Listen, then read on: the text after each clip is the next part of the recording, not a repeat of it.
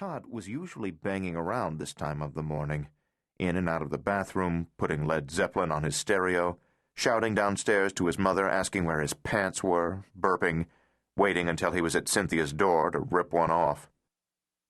She couldn't remember him saying anything about going into school early, but why would he tell her anyway?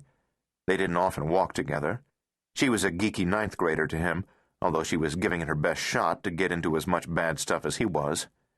Wait till she told him about getting really drunk for the first time. No, wait. He'd just rat her out later when he was in the doghouse himself and needed to score points. Okay, so maybe Todd had to go to school early, but where were her mother and father? Her dad, maybe he'd left on another business trip before the sun even came up. He was always heading off somewhere. You could never keep track. Too bad he hadn't been away the night before. And her mother, maybe she'd driven Todd to school or something.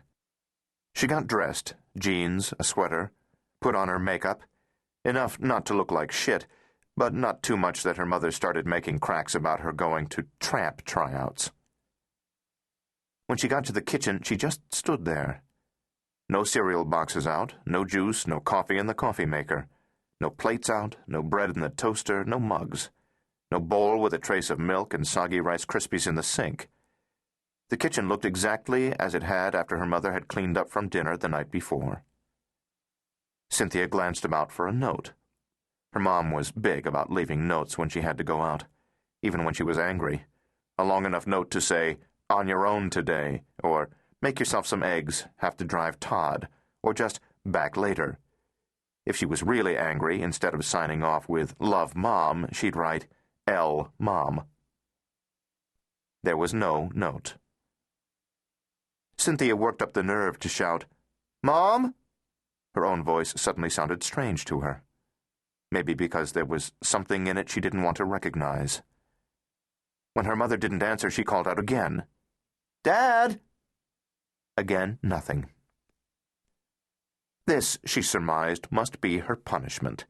She'd pissed off her parents, disappointed them, and now they were going to act like she didn't exist. Silent treatment on a nuclear scale. Okay, she could deal with that. It beat a huge confrontation first thing in the morning. Cynthia didn't feel she could keep down any breakfast, so she grabbed the school books she needed and headed out the door. The Journal Courier, rolled up with a rubber band like a log, lay on the front step. Cynthia kicked it out of her way, not really thinking about it, and strode down the empty driveway. Her father's Dodge and her mother's Ford Escort were both gone, in the direction of Milford South High School. Maybe if she could find her brother, she'd learn just what was going on, just how much trouble she might actually be in. Plenty, she figured.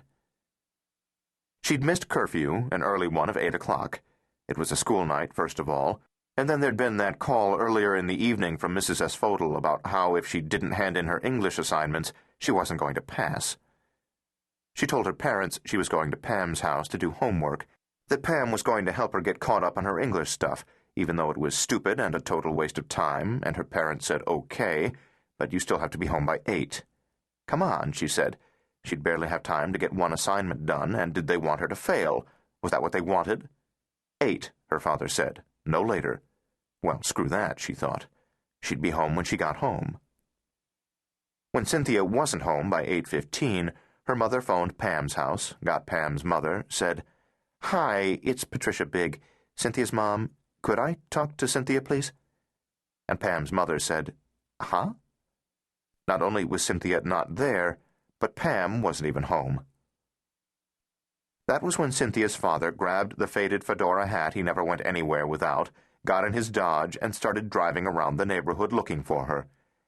He suspected she might be with that Vince Fleming boy, the 17-year-old from the 11th grade, the one who had his license, who drove around in a rusted red 1970 Mustang. Clayton and Patricia Bigge didn't much care for him. Tough kid, troubled family, bad influence. Cynthia had heard her parents talking one night about Vince's father, that he was some bad guy or something, but she figured it was just bullshit. It was just a fluke that her dad spotted the car at the far end of the parking lot of the Connecticut Post Mall, out on the Post Road not far from the theaters. The Mustang was backed up to the curb, and her father parked in front, blocking it in. She knew it was him instantly.